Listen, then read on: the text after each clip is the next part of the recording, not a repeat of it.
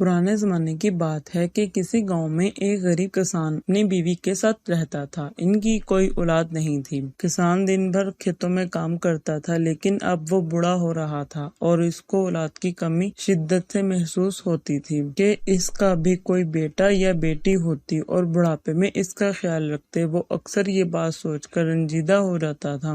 ایسے ہی وقت گزرتا جا رہا تھا۔ ایک دن کسان کام کر کے گھر جا رہا تھا۔ اسے راستے میں جھاڑیوں پر چمکتی ہوئی چیز نظر آئی۔ جیسے وہ اس کے قریب گیا تو وہ ایک خوبصورت بچی تھی۔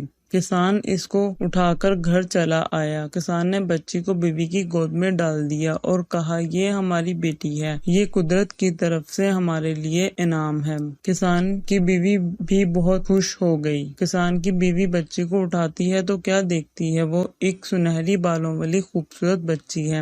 اس کی آنکھیں نیلے رنگ کی ہوتی ہیں۔ وہ ایک نہایت ہی خوبصورت بچی ہوتی ہے۔ وہ اس کا نام چاندنی رکھتے ہیں۔ کسان اور اس کی بیوی دونوں چاندنی کے ساتھ خوش تھے۔ وہ چاندنی کا اپنے بچوں سے بھی زیادہ خیال رکھتے تھے۔ جوں جوں چاندنی بڑی ہوتی جا رہی تھی، اس کی خوبصورتی میں اضافہ ہو رہا تھا۔ اس کے لیے وقت سے پہلے ہی اس کے بہت زیادہ رشتے آنا شروع ہو گئے تھے۔ پہلی نظر میں ایک ایسی لگتی تھی جیسے وہ کوئی مغلیہ دور کی شہزادی ہے۔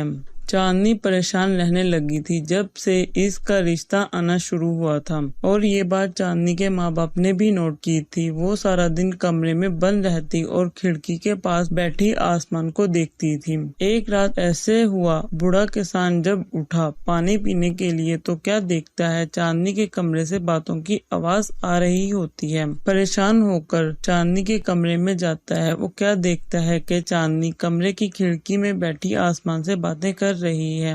بوڑھا کسان پریشان ہوتا ہے، بیٹی سے پوچھتا ہے، چاندنی کس سے بات کر رہی ہو؟ چاندنی گھبرا کر اٹھتی ہے اور اپنے باپ کے گلے لگ جاتی ہے اور کہتی ہے، بابا میں آپ کو کچھ بتانا چاہتی ہوں۔ بوڑھا کسان اسے کہتا ہے، بیٹا بتاؤ جو بھی بات تمہیں پریشان کر رہی ہے۔ چاندنی اپنے باپ کو بتاتی ہے، بابا میں آپ کی بیٹی نہیں ہوں، میں چاند کی بیٹی ہوں۔ جس رات میں آپ کو ملی تھی اس رات میں آسمان سے نیچے گر گئی تھی۔ میرے ماں باپ مجھے کافی عرصے تک تلاش کرتے رہے لیکن میں ان کو نہیں ملی۔ پیارے بابا، اب ان کو پتہ چل گیا کہ میں آپ کے پاس ہوں، اس لیے اب وہ مجھے لینے آئیں گے چاند کی پہلی تاریخ کو۔ یہ سن کر بوڑھے کسان بہت زیادہ پریشان ہو جاتا ہے اور اٹھ کر اپنے کمرے میں چلا جاتا ہے۔ اگلی صبح کسان اٹھ کر اپنی بیوی کو چاندنی کی حقیقت بتاتا ہے۔ وہ بھی پریشان ہو جاتی ہے کیونکہ انہوں نے چاندنی کو اپنی سگی اولاد کی طرح پالا تھا۔ چاندنی اپنے کمرے سے نیچے دیکھتی ہے کہ دونوں میاں بیوی پریشان بیٹھے ہیں۔ وہ اپنے کمرے سے نیچے آتی ہے اور پیار سے ان کو سمجھاتی ہے کہ وہ ان دونوں سے بہت زیادہ پیار کرتی ہے، لیکن یہ اس کے رہنے کی اصلی جگہ نہیں ہے۔ اس نے ایک نہ ایک دن یہاں سے جانا ہی ہے، لیکن وہ اپنے ماں باپ سے وعدہ کرتی ہے کہ ہر چاند کی پہلی تاریخ کو وہ ان سے ملنے آیا کرے گی۔ آج چاند کی پہلی تاریخ تھی، اس لیے وہ چاہتی تھی کہ یہ اسے خوشی سے جانے کی اجازت دے دیں۔ دونوں بوڑھے ماں باپ چاندنی کی خوشی کے لیے مان جاتے ہیں۔ جب رات 12 بجے کا ٹائم ہوتا ہے، آسمان سے پریوں کا ایک قافلہ اترتا ہے۔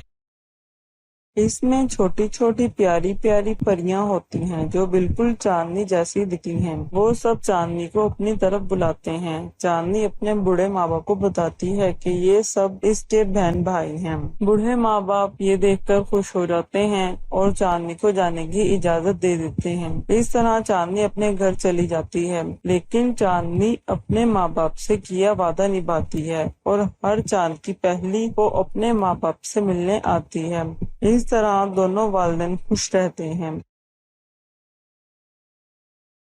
پیارے بچوں، اس سے ہمیں یہ پتہ چلتا ہے کہ اگر ہم کسی بھی مخلوق سے، چاہے وہ زمینی ہو یا آسمانی، پیار سے وقت گزاریں یا اپنائیت کا احساس دیں گے تو وہ کبھی بھی آپ کو مایوس نہیں کریں گی۔ اس لیے سب سے پیار کریں اور آپس میں مل جل کر رہیں۔